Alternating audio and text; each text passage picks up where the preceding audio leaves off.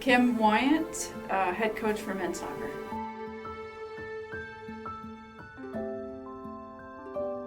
Well, the soccer gods must have been listening to my prayers because we landed a grad transfer that has 4 years of experience at Division I level at University of Wisconsin in Milwaukee, and he's a center back. And he's an excellent student. The graduate program that he wanted, NYU has the best. So he has the extra year of eligibility with COVID. So I really see Andreas stepping in to really help us out. And of course, we do have some returning players, like Nick Suter, who could potentially play on the back line. Connor Reynolds could also play on the back line. So we also have some options with players who have experience there. And if you remember, Connor last year had to step in during the Rochester game, and he played phenomenal in that match. So we know what we have with some of our players returning.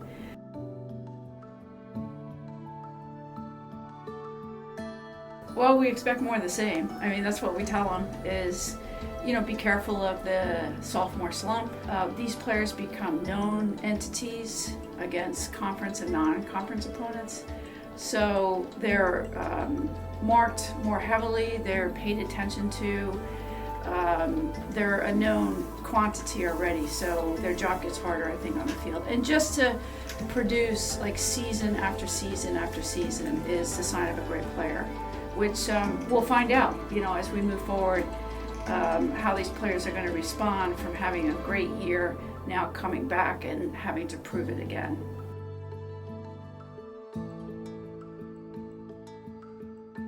I expect the UAA to be more the same. It's a phenomenal conference. It really has a special quality when you mix in the types of universities that students might be interested in. You have this Division I travel schedule where you actually get on an airplane and you take a flight to play a game, which is very unique in Division III. I just think it's a phenomenal conference with great teams. Any game is up for grabs. And at the end of the day, as a coach and a player, that's really what you want. Is like you want a conference that is uber competitive and gets you ready for when you get into the NCAA tournaments, right? And you start bumping up against those teams that you haven't seen before.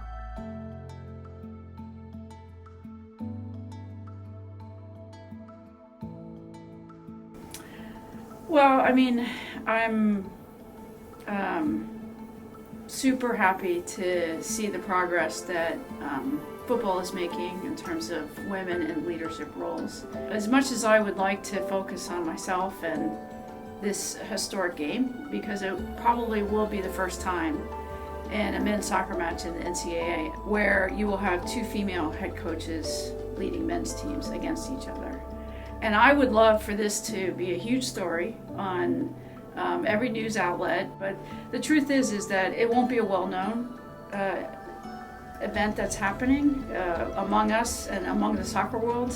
People will pay attention, but at the end of the day, it's about the teams and it's about the players. And my job as the coach is to get them ready to play and get them prepared to compete against a very, very good team that were in the Final Four last year. So I expect it to be a tough game. I hope that, we don't get, we celebrate this milestone as what we described as two female head coaches, but my personal feeling is I don't really want the players to get distracted by that or place any more meaning on this game than what we already need, which is a super tough opponent against Chicago, but with the advantage of playing at home.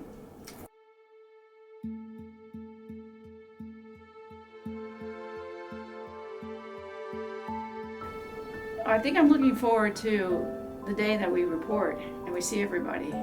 I love to compete. It's a long time that we spend away from each other, and so it's always great to just get back together.